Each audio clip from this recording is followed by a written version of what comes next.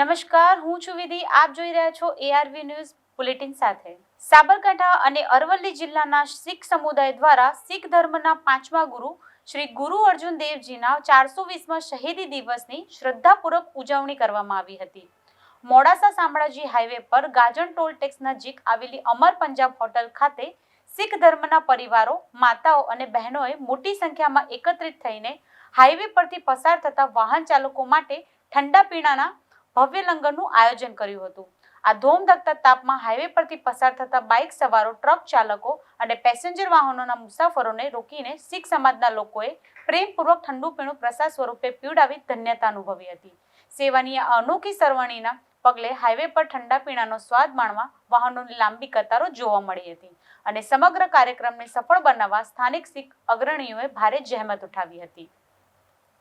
સુરેન્દ્રનગર જિલ્લાના લીંબડી શહેર સહિત સમગ્ર ગ્રામ્ય વિસ્તારમાં રખડતા કૂતરાઓએ ભારે હાહાકાર મચાવ્યો છે.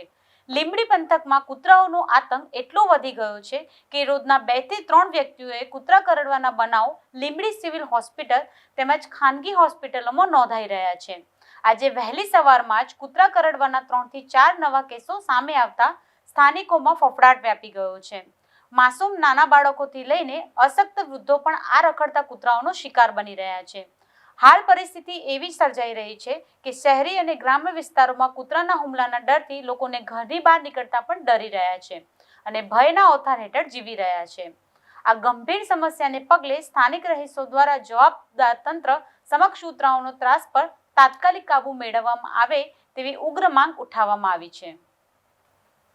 નડિયાદ શહેરમાં કાયદો અને વ્યવસ્થાની સ્થિતિ સામે ગંભીર સવાલો ઊભા કરતી એક સનસનાટીભરી ઘટના સામે આવી છે. નડિયાદ શહેર ભાજપ કિસાન મોરચાના મહામંત્રી તેમજ વોર્ડ નંબર 13ના જાણીતા સમાજસેવક પ્રકાશભાઈ પ્રેમજીભાઈ પરમાર પર આશરે 40 જેટલા લોકોના ટોળાએ હિંસક હુમલો કરતા સમગ્ર પંથકમાં ભારે ચકચાર અને રોષ ફાટી નીકળ્યો છે. નડિયાદની વ્યસ્ત એવી ડીમાર્ટ ચોકડી નજીક આવેલા દાવલિયાપુરાના મહેન્દ્ર ચાવડા સહિતના હુમલાખોરોના ટોળાએ જૂની અદાવતનો ખાર રાખી પ્રકાશભાઈને નિશાન બનાવ્યા હતા, જેના લાઈવ CCTV ફૂટેજ પણ હવે બહાર આવ્યા છે.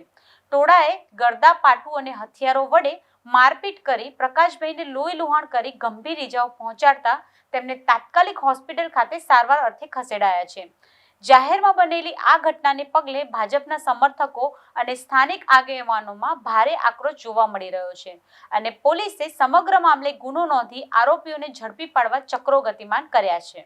મારો નાનો ભાઈ પ્રકાશભાઈ પ્રેમજીભાઈ પરમાર, એમના પર કોલ આવ્યો હતો કે તું ડીમાર્ટ ચોકડી આવી જા. તે પ્રકાશ એક્ટિવા લઈને ડીમાર્ટ ચોકડી ગયો.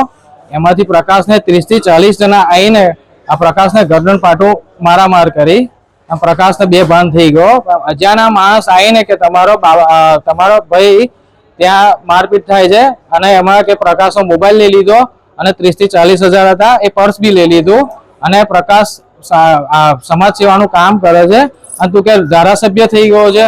મહેન્દ્ર ચાવડા એવું કહે છે, તું ધારાસભ્ય થઈ ગયો છો દાવલિયાપુરાનો કે બધું કામ છે ને તેમ છે એમ કરીને વધારે પડતો મારામાર કરી. એમને મારવા પાછળનું કારણ કે સમાજ સેવા પ્રકાશ દાવલિયાપુરામાં કરે છે. કોઈ બીનો કોલ આવે, લાઇટ ગઈ કે ગમે તે XYZ ગમે તે તૈયારીમાં અમારા 13મા વોર્ડ આવે છે. 13મા વોર્ડમાં જણાવી દે તૈયારીમાં અમે સોલ્યુશન લાવે છે. અત્યારે કઈ લઈને આવ્યા છો અને પોલીસને જાણ કરી તમે? પહેલા તો અમે સિવિલ હોસ્પિટલમાં લઈ ગયા હતા, પછી ત્યાંથી કેસ અહીંયા આપણે રાધાસ્વામી હોસ્પિટલમાં એડમિટ કર્યા છે. એટલે CT સ્કેન બધું ચાલે છે. ભાવનગર જિલ્લાના તળાજા શહેરમાં આવેલી વ્યસ્ત મહુવા ચોકડી પાસે આજે એક માર્ગ અકસ્માતની ઘટના સામે આવી છે. વિગતો મુજબ તળાજા રૂટની એક ST બસે રોડ પરથી પસાર થઈ રહેલા એક મોટરસાયકલ સવારને જોરદાર અડફેટે લીધો હતો. બસની ટક્કર વાગતા જ બાઇક ચાલક રોડ પર પટકાતા તેમને શરીરે નાની મોટી ગંભીર ઈજાઓ પહોંચી હતી. અકસ્માતને પગલે આસપાસના લોકો તાત્કાલિક ઘટના સ્થળે દોડી આવ્યા હતા અને અકસ્માતનો ભોગ બનેલા વૃદ્ધને તાકીદે સારવાર મળી રહે તે માટે 108 એમ્બ્યુલન્સને જાણ કરી હતી. ઈજાગ્રસ્ત બાઇક ચાલકને 108 મારફતે તાત્કાલિક તળાજાની સરકારી હોસ્પિટલ ખાતે સારવાર અર્થે ખસેડવામાં આવ્યા છે. પ્રાથમિક માહિતી અનુસાર ઈજાગ્રસ્ત વૃદ્ધનું નામ ભગુભાઈ ચોપડા, ઉંમર વર્ષ આશરે 70 વર્ષ છે અને તેઓ નજીકને રામપરા ગામના વતની હોવાનું જાણવા મળ્યું છે.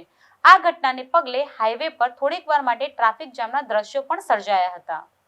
દેવભૂમિ દ્વારકા જિલ્લાના ભાણવડ તાલુકાના કૃષ્ણગઢ ગામેથી એક ચિંતાજનક ઘટના સામે આવી છે, જ્યાં રમતા રમતા 7 જેટલા માસૂમ બાળકો ઝેરી છોડના બી ખાઈ જતા તેમની તબિયત અચાનક લથડી હતી.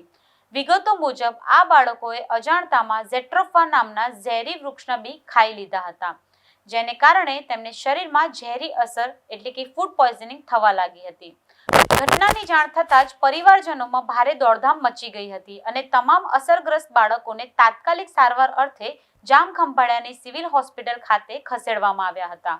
હોસ્પિટલના તબીબોના જણાવ્યા અનુસાર સમયસર સારવાર મળી જતા હાલ તમામ બાળકોની તબિયત સ્થિર અને ભયમુક્ત છે.